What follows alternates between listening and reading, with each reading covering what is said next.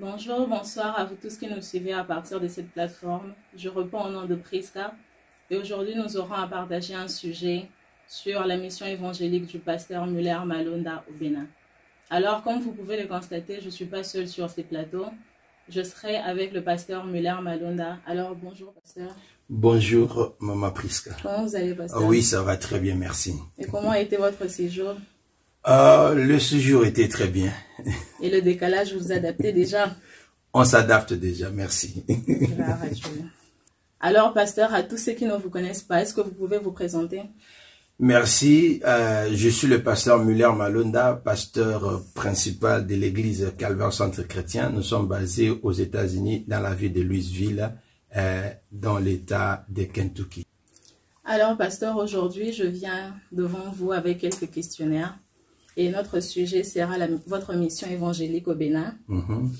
Alors, pasteur, pour la première question, ma question est, votre mission évangélique au Bénin fut une révélation de Dieu ou un objectif que vous êtes fixé? C'est une belle question. Et évidemment, je peux répondre que c'est le 2. Le 2, et je vais expliquer pourquoi. Je vais dire l'objectif pourquoi. L'objectif parce que quand, en tant qu'enfant de Dieu, on devient chrétien, même pas pasteur, mais quand on devient chrétien, nous répondons à un ordre que notre maître nous a donné. Cet ordre n'est autre que ce que nous appelons Great Commission, la grande commission. C'est-à-dire que si vous lisez la Bible dans Matthieu chapitre 28, le verset 19 à 20, la parole de Dieu est en train de dire, allez de toutes les nations, faites les disciples. Donc, c'est-à-dire que quand tu deviens chrétien, tu dois avoir aussi les objectifs de propager la bonne nouvelle. Mais par rapport aussi spécifiquement pour aller par exemple à ces temps ici précis, donc c'était une recommandation de la part de l'Éternel. Parce que ça fait longtemps qu'on a commencé à demander que je puisse partir, mais je ne suis jamais parti. Et j'ouvre une parenthèse pour dire aussi, expliquer à d'autres personnes peut-être qui ont l'habitude de nous suivre et m'ont déjà entendu parler. Je dis que l'église Calvaire Centre Chrétien, c'est une église des assemblées de Dieu. Pourquoi je précise que c'est une église assemblée de Dieu? Et 2, c'est une église multiculturelle. Rappelez-moi si jamais j'oublie à expliquer l'autre. Mais une église assemblée de Dieu, pourquoi? Parce que nous, en tant que des assemblées de Dieu, nous nous focalisons plus à la mission. Donc, nous sommes une église missionnaire. Nous sommes un mouvement, en fait, une dénomination missionnaire. Nous nous focalisons plus dans la mission. Et puis, une église multiculturelle, pourquoi? Parce que si nous parlons plusieurs langues, facilement, on peut arriver à propager la bonne nouvelle. Là où moi, je ne peux pas parler, toi, tu vas parler. Moi, je ne sais pas bien parler l'anglais, toi, tu parleras l'anglais. Là où moi et toi, on ne peut pas parler le swahili, il y a d'autres personnes qui parlent swahili, il y a d'autres personnes qui parlent portugais et différentes autres langues. Donc, voilà un peu pour répondre à la question que vous m'avez demandé. Donc, yes, je me suis fixé des objectifs, mais au même moment, c'est une recommandation de la part de l'Éternel. Ça a été vraiment clair. Merci beaucoup, pasteur. Alors, la deuxième question.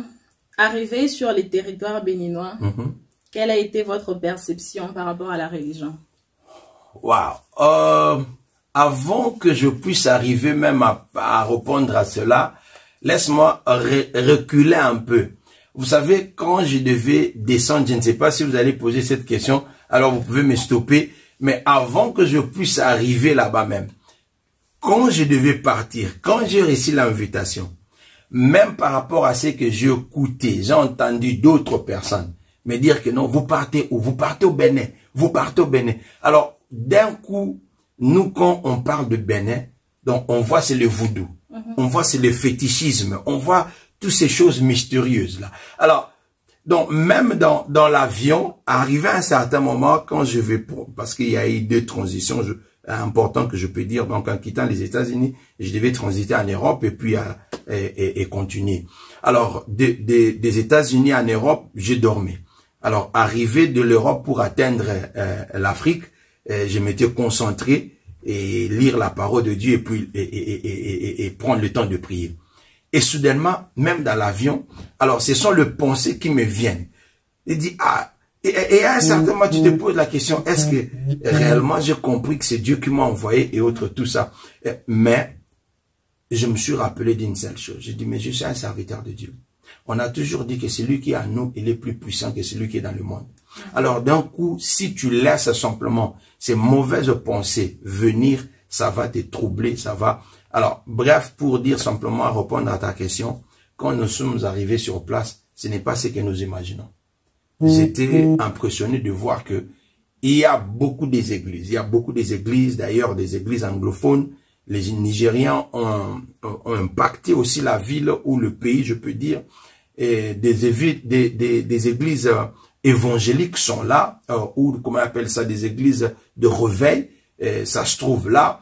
En tout cas, c'est pas l'image qu'on nous vend du Bénin quand on est en dehors de ces pays. Donc, d'un coup, j'ai envie de dire que coup de chapeau et félicitations à tous ces pasteurs qui ont bâti un grand travail là-bas, un grand travail. Le christianisme existe, les chrétiens sont là, des églises sont là, les gens prient, ce n'est pas simplement du fétiche, bien qu'évidemment, c'est ce qui bat le plein dans ce pays-là. Alors, pasteur, il y a eu des attaques? Oh my God! Vous savez, même le maître lui-même, Christ, quand il était sur la terre, le diable lui a tenté plusieurs fois pour arriver à lui convaincre, et on a cherché à lui faire même du mal.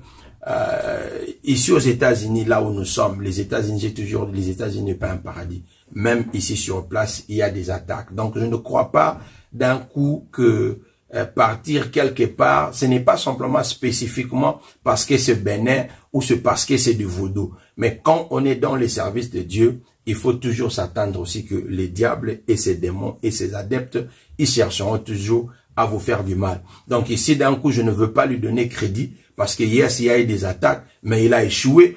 Il a échoué lamentablement parce que celui qui est en nous, il est plus puissant que celui qui est dans le monde. Donc, mais une parenthèse aussi, je peux dire que d'un coup, les personnes qui descendent, si vous êtes serviteur de Dieu, vous partez dans n'importe quelle mission, comme vous êtes en train de partir, il faut se rassurer que vous partez par la recommandation de Dieu.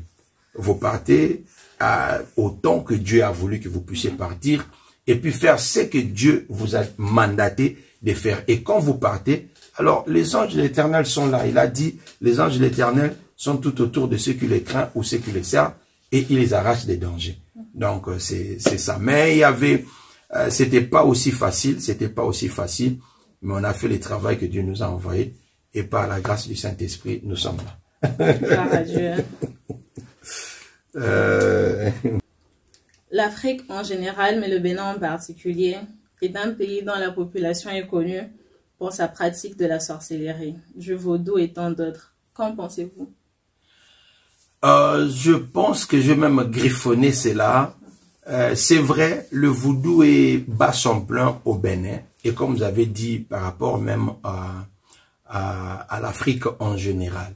Mais je pense que nous, en tant que des ambassadeurs, les ambassadeurs de Christ, nous avons un rôle à jouer. Nous avons un travail à faire. Voilà pourquoi je me simplement encourager tout un chacun, peu importe là où tu es, que ce soit aux États-Unis ou disons l'Amérique du Nord, tu te trouves en Europe et autres. Mais quand tu es un enfant de Dieu, écoutez, la Bible dit ceci dans Actes des Apôtres chapitre 1, le verset 8.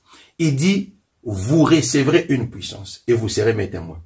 Donc, ça commence d'abord à dire que vous recevrez une puissance et puis après avoir reçu cette puissance, c'est alors que vous serez ses témoins. Et cette puissance, c'est le Saint-Esprit. Donc, la puissance que Dieu nous donne, c'est une puissance qui est au-dessus de tout. Alors, d'un coup, tout ce que je veux dire, si tu es un enfant de Dieu, il faut comprendre que nous recevons une puissance. Et la puissance que nous recevons, c'est une puissance que Dieu nous donne.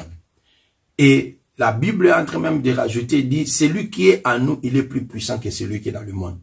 Donc, un enfant de Dieu, c'est une personne qui ne doit pas se focaliser aux sorciers, qui ne doit pas se focaliser au diable. Mais nous, notre focus devait être sur la personne qui nous a envoyé de faire le travail. Et quand on descend sur le terrain, et on sait qu'on a une relation étroite avec Dieu, on est en train de faire le travail que Dieu nous a recommandé à faire, alors vous allez voir que non, c'est comme ça que nous allons réussir notre mission. Parce que le diable attaque le pensée.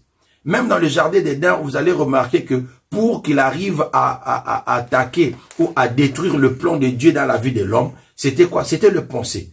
il vient, il met sa puvement, comme on dit en anglais. Il va attaquer tes pensées. Alors, il faut faire très attention, surtout nous les chrétiens. Qu'est-ce que nous nourrissons? Nos pensées. Parce qu'aujourd'hui, tout le monde sont là toujours en train de regarder. Ce sont les démons, ce sont les ceci. C'est vrai, il faut chasser les démons. Il faut faire le combat spirituel. Moi-même, je suis fort en prière de combat spirituel.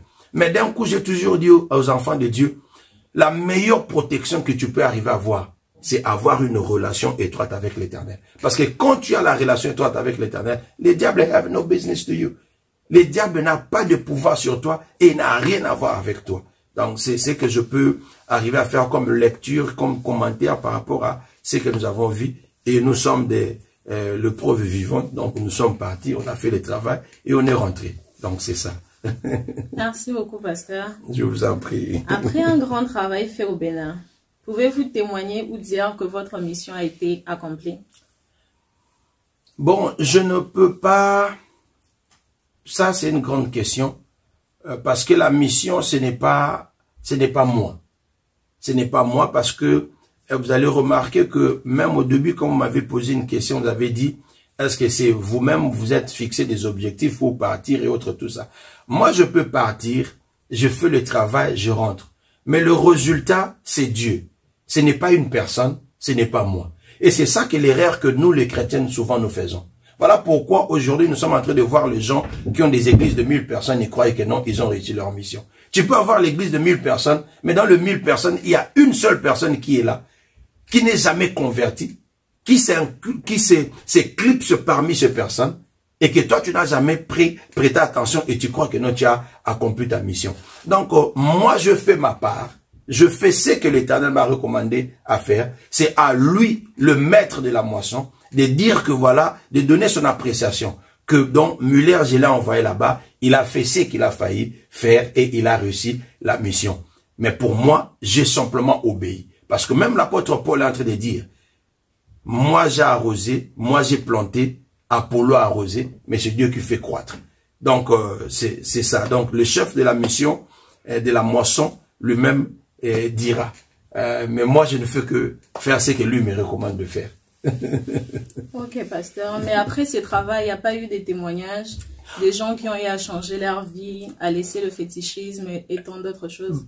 Dans ce cadre-là, en tout cas, je peux dire, parce que nous avons fait un travail avec plusieurs églises, la mission évangélique de la dispensation avec le bishop Robert Tovignonneau, que je salue en passant. C'est l'un de mes mentors aussi. Nous avons travaillé à Yahweh Rafa de la dispensation. Et puis, il y a eu de campagnes d'évangélisation que nous avons fait en plein air avec les jeunes des églises d'une des plus grandes communes là-bas. Alors, dans le cadre physique, où c'est que je peux dire dans ce que nous avons vu, en tout cas, ces soirs-là, par exemple, il y a eu plus de 40 personnes qui avaient donné leur vie à Christ.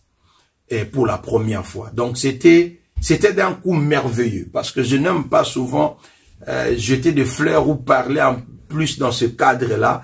On reste humble, mais vraiment, évidemment, il y a eu beaucoup de choses, beaucoup de délivrances, beaucoup de paroles de connaissances, beaucoup de personnes qui ont accepté Christ. C'était merveilleux et c'est ça. D'ailleurs, je peux même dire que on nous a appelés encore, on devait partir. Il y a des gens qui d'un coup commencent à nous suivre et ils sont là, 2 heures du matin, 1 heure du matin, ils sont en train de nous suivre quand nous sommes live ici sur place parce qu'évidemment ils ont constaté, ils ont senti qu'il y a quand même quelque chose de la part de l'Éternel qu'ils ont réussi à travers nous qui sont le canal simplement de bénédiction que l'Éternel a utilisé.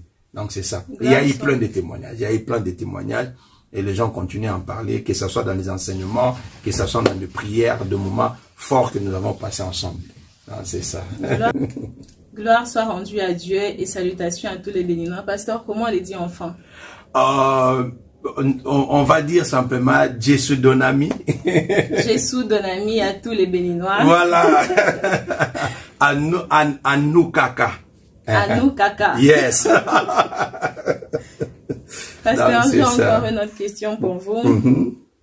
Est-ce que s'il y avait l'occasion de retourner au Bénin, pouvez-vous encore rentrer au Bénin? Oui, je veux encore retourner au Bénin. parce que le travail est grand. Ce n'est que le début. Nous n'avons pas encore fini et on continuera à le faire. D'ailleurs, en passant, je donne à tous mes amis, tous les chrétiens, tous les Béninois, spécialement ceux qui habitent Cotonou, mais même si vous habitez Porto-Novo, venez le 1er avril 2024. Si l'Éternel permet, on sera encore de retour sur les terrains. Donc on a un grand événement, on va encore célébrer Pentecôte. Ça sera une campagne d'évangélisation avec l'évangéliste Gonzalez Tonvinunio de Yahweh Rafa. On sera ensemble là-bas. Donc je vais encore retourner. Oui. D'accord.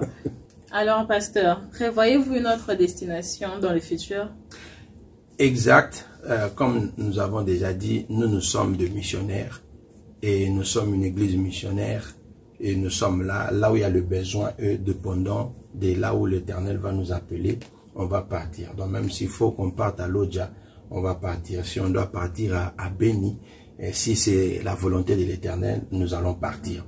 Donc nous sommes là et à l'écoute du Saint-Esprit, à l'écoute du chef de la moisson, et nous allons partir partout là où lui, il va nous appeler. Donc c'est ça. Merci beaucoup d'avoir répondu à cette invitation, pasteur. Je vous en prie. C'était vraiment un réel plaisir de partager avec vous. Le plaisir est partagé. Merci, pasteur. Alors, vous avez un mot pour la fin? Bon, le mot que je peux arriver à partager, c'est que nous, ici à Calvaire Centre Chrétien, nous sommes dans le mois d'évangélisation et je pense même que beaucoup des églises de par le monde, si vous suivez et vous écoutez l'instruction de l'Éternel, nous sommes en train de faire pratiquement le même travail parce que nous célébrons Pentecôte, la fête de Pentecôte. Donc nous avons réussi l'Esprit de Dieu pour arriver à évangéliser, partager la bonne nouvelle. Donc même si j'étais descendu là-bas, peut-être que c'était une coïncidence, mais l'Éternel le savait. Donc je me réencourager une personne, sors un peu de ton comfort zone, sors de ta zone de confort et vas-y évangélise parce que c'est ça la recommandation que l'Éternel nous a donnée. Ce n'est pas simplement au pasteur, c'est donné à tout le monde. Et ce n'est pas simplement que non, peut-être que tu dois faire des campagnes d'évangélisation. Il y a plusieurs manières qu'on peut arriver à évangéliser. Mais sois à l'écoute du Saint-Esprit et puis fais déjà de petits pas que tu peux arriver à faire, peut-être dans ton lieu de travail, peut-être dans ta maison, peut-être que toi tu es envoyé dans des nations, peut-être c'est dans la ville. Donc, mais du moins, partageons la bonne nouvelle. Parce que le monde où nous sommes en train de vivre, ma soeur, mon frère, j'aimerais te dire que c'est un monde qui tend presque à la fin. Donc, il n'y a pas de morale. Le diable est en train de faire de grandes choses, de mauvaises choses, bien aimés. Alors, il faudrait que nous puissions... Les gens ont soif d'écouter la parole de Dieu. Les gens ont soif d'avoir l'espérance. Le monde est sans espoir. Mais nous avons l'espoir. Nous connaissons Christ. Alors, donc, nous partageons cela afin que ces personnes-là puissent être sauvées. Donc, voilà ce que je pouvais arriver à dire. Et puis, je ne peux pas arriver à terminer sans dire grand merci à toutes ces personnes qui nous ont réussi, parce que nous avons prêché même à la télé. Donc, j'ai envie de dire merci beaucoup au DG de la télé évangélique, mon mentor, le bishop Robert Tonvignon, Gonzalez et son épouse, toutes les personnes, en tout cas, même à l'hôtel, on nous a tellement très bien reçus. Donc, salutations, Ruth et tout le monde, vraiment, donc c'est ça. Et puis, à tous les enfants des Calvaire Centre Chrétien qui avaient accepté que nous puissions aller évangéliser d'autre côté. Que l'Éternel vous bénisse. Alors le peuple béninois, vraiment, comme je l'avais déjà dit au début, merci beaucoup pour votre accueil. Merci à tout le pasteur par rapport à ce travail que vous êtes en train de faire. C'est un grand travail. Et votre accueil, j'avais dit, et j'avais déjà dit ça et je continuerai à dire, j'étais tellement content de votre accueil, de tout ce qu'on a, le moment qu'on a passé ensemble. Et si l'Éternel le permet, on va encore se revoir. Jésus Donami. Jésus Donami à tous les Béninois. Alors, notre émission touche déjà à sa fin. Merci beaucoup de nous avoir suivis. Alors, n'oubliez pas de liker, de commenter et aussi de partager. Merci beaucoup de soutenir cette œuvre et le Seigneur ne manquera pas de vous bénir. Nous allons nous retrouver prochainement pour une autre émission. Merci.